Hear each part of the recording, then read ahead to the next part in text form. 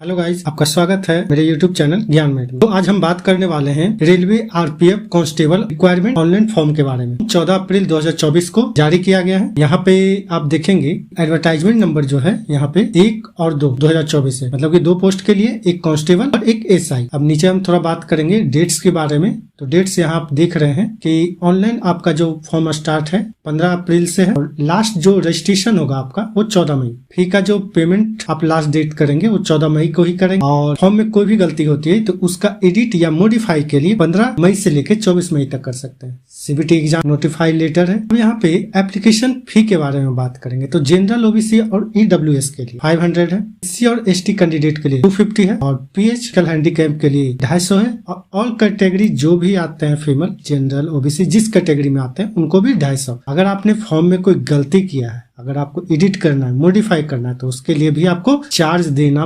पड़ेगा, वो रिफंड नहीं होगा। आगे पेमेंट का मोड जो है आप डेबिट कार्ड, क्रेडिट कार्ड और नेट बैंकिंग के द्वारा कर सकते हैं। एज लिमिट की बात करते हैं तो कांस्टेबल के लिए 18 से 28 है, सब इंस्पेक्टर एसआई 20 से 25 है, सब इंस्पेक्टर एसआई 20 से 28 है और एज रिलैक्सेशन आपको मिलेगा, जो कि मैं नोटिफिकेशन में आपको बता दूंगा। एलिजिबिलिटी क्राइटेरिया देखते हैं यहाँ पे। तो कांस्टेबल के लिए 10th पास होना चाहिए किसी भी बोर्ड से, सब इंस्पेक्टर के लिए ग्रेजुएशन होना चाहिए किसी भी यूनिवर्सिटी से। अब वैकेंसी का जो डिटेल्स है यहाँ पे आप देख रहे हैं। तो टोटल वैकेंसी जो है 4660 है। कांस्टेबल जो मेल है उनके लिए आप देखेंगे हर कैटेगरी के लिए अलग अलग दिया गया है। यहाँ टोटल आपको पोस्ट है 3577 टोटल पोस्ट है। कांस्टेबल फीमेल के लिए आप यहाँ पे देखेंगे ऑल कैटेगरी का अलग अलग दिया गया है। जिस कैटेगरी में आप आते हैं उस कैटेगरी में आप देख लेंगे 631 है। सब इंस्पेक्टर की बात करेंगे, जो मेल कैंडिडेट आते हैं उनके लिए 384 है और जो फीमेल कैंडिडेट आते हैं सब इंस्पेक्टर में उनके लिए 60 पोस्ट है। टोटल मिला के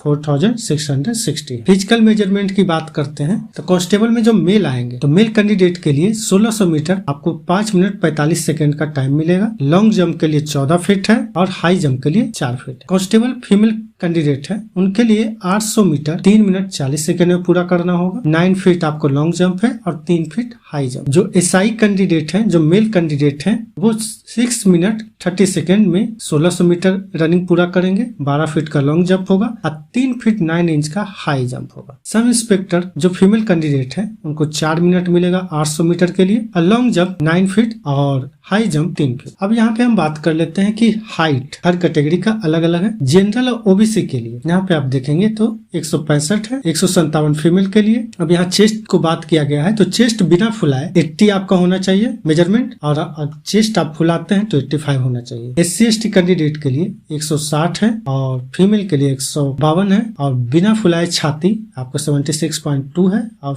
छाती फुला के 81.2 है। ये स्पेशल कैटेगरी में आते हैं, ठीक है। उनके लिए 163 है, फीमेल के लिए 155 और 80 बिना फुलाए और फुला के 85। अब यहाँ पे कुछ इम्पोर्टेंट इंस्ट्रक्शन दिया गया है ऑल कैंडिडेट के लिए। तो यहाँ पे कैंडिडेट जब फॉर्म भरेंगे तो account number, account holder name, IFSC code जरूर डालें। जिससे इसलिए डालें कि रेलवे की तरफ से जब आप सीबीटी फर्स्ट एग्जाम आप दे देंगे तो आपको 400, जो आपका 500 फी लगा था उसे 400 आपको रिफंड हो जाएगा और SC ST को 250 जो फी लगा था वो पूरा रिफंड हो जाएगा। और अगर यदि यहाँ नोट भी दिया गया है, यदि आप एग्जाम में अपेयर नहीं होते हैं तो आपका फी रिफंड नहीं होगा। आगे हम बात कर लेते हैं मोड ऑफ सिलेक्शन, पे स्केल क्या रहेगा। तो मोड ऑफ सिलेक्शन आप यहाँ देख रहे हैं एसआई के लिए 35,400 है लेवल 6 का, कांस्टेबल के लिए 21,700 है लेवल 3 का। और एग्जाम का जो सिलेक्शन रहेगा, मोड ऑफ सिलेक्शन, वो सीबीटी रहेगा, पीईटी लेगा और पीएमटी लेगा एंड डॉक्यूमेंट्स वेरिफिकेशन होगा। तो अब हम आगे बात करते हैं कि नोटिफिकेशन में क्या दिया हुआ है। यहाँ पे कांस्टेबल के लिए अलग नोटिफिकेशन है और एसआई के लिए अलग है, तो मैं दोनों पे चर्चा करूंगा। पहले अप्लाई की बात कर लेते हैं। अप्लाई 15/4/2024 से एक्टिवेट हो जाएगा, आप अप्लाई कर सकते हैं। तो हम आते हैं अब नोटिफिकेशन पे। तो जैसे ही नोटिफिकेशन पे हम आते हैं तो ये नोटिफिकेशन ओपन हो गया है। यहाँ पे मैं नीचे थोड़ा स्क्रॉल कर रहा हूँ तो मैंने पहले आपको फॉर्म कब स्टार्ट होने वाला, कब लास्ट डेट है, ये सारे चीज आपको बताया गया है। 14 मई का जो होगा वो रात को 12 बजे लास्ट हो जाएगा, ठीक है। मॉडिफाई के लिए भी आपको बता दिया था मैंने पहले ही,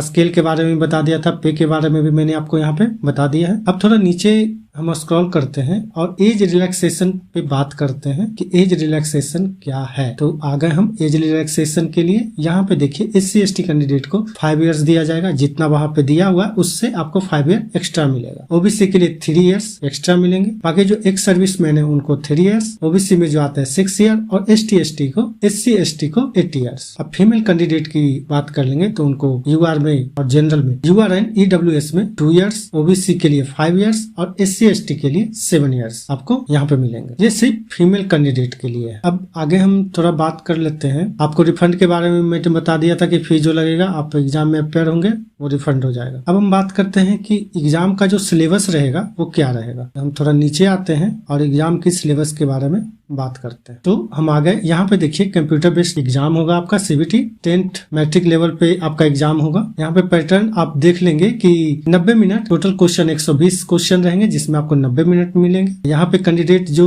1 मार्क्स मिलेंगे करेक्टली पे 1 मार्क्स मिलेंगे और आपका मार्क्स नहीं कटेगा। अगर आप अटेम्प्ट नहीं करते हैं तो आपका मार्क्स नहीं कटेगा, मगर हाँ आप गलत करते हैं तो नेगेटिव मार्किंग कटेगा। 1/3 है आपका नेगेटिव मार्किंग रॉन्ग आंसर पे। अब यहाँ पे बात करते हैं कि minimum pass of percentage UR EWS OBC 35 और SC/ST के लिए 30, मतलब जितना आपका क्वेश्चन है उसमें आप 35% मार्क्स लाते हैं तो आप पास कर जाएंगे और SC/ST 30%। सिलेबस की बात करेंगे तो अर्थमेटिक्स से आपको 35 मार्क्स के क्वेश्चन रहेंगे जो कि आप यहाँ पे देख रहे हैं। जो चीज है आप देख लेंगे, जैसे कि डिसिमल है, होल नंबर है, रिलेशनशिप है, प्रॉफिट लॉस है, परसेंटेज है, ये सब चीजें हैं आप देख लेंगे। आपको जनरल इंटेलिजेंस से एंड रीजनिंग से 35 मार्क्स के क्वेश्चन रहेंगे, फिर जनरल अवेयरनेस से 50 मार्क्स के क्वेश्चन रहेंगे। तो टोटल मिला के आपका 120 हो गया। अब आगे बात करेंगे कि फिजिकल, ठीक है। तो यहाँ पे मैंने पहले ही आपको फिजिकल के बारे में बता दिया गया क्या क्या कैटेगरी रहेगा, कैसे कैसे वो फिजिकल लेंगे, उसके बारे में भी मैंने आपको बता दिया है। ये सारी चीज आप नोट अच्छे तरीके से पढ़ लेंगे आप। फिर उसके बाद जब आपका सिलेक्शन होगा तो फिर आपको डॉक्यूमेंट्स वेरिफिकेशन के लिए बुलाया जाएगा। तो इस तरीके से मैंने आपको लगभग बता दिया है, ठीक है, ये कांस्टेबल के बारे में। हम आगे बात करेंगे SI के बारे में। आगे आप यहाँ पे देख रहे हैं कि SI का नोटिफिकेशन दिया गया, उसको भी अब ओपन कर लेंगे।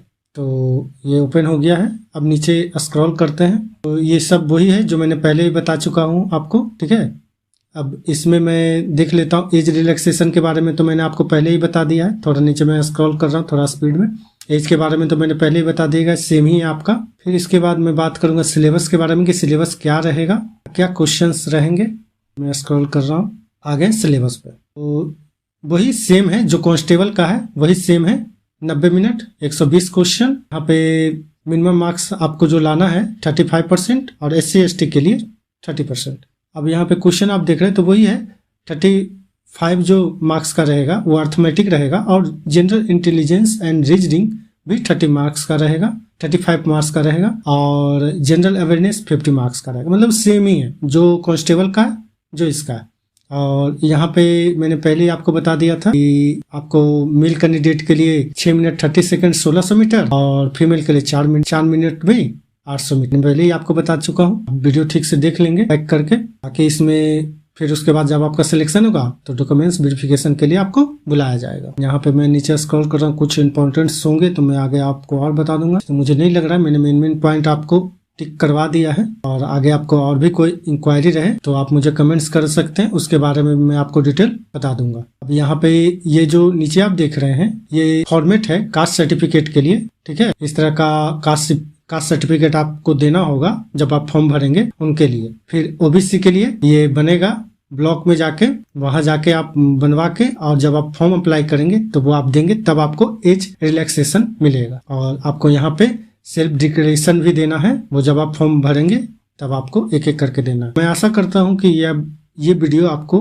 बहुत ज्यादा इन्फॉर्मेटिव लगी होगी और आप ज्यादा से ज्यादा इस वीडियो को शेयर करें, लाइक करें एंड सब्सक्राइब करें। मिलते हैं नेक्स्ट वीडियो।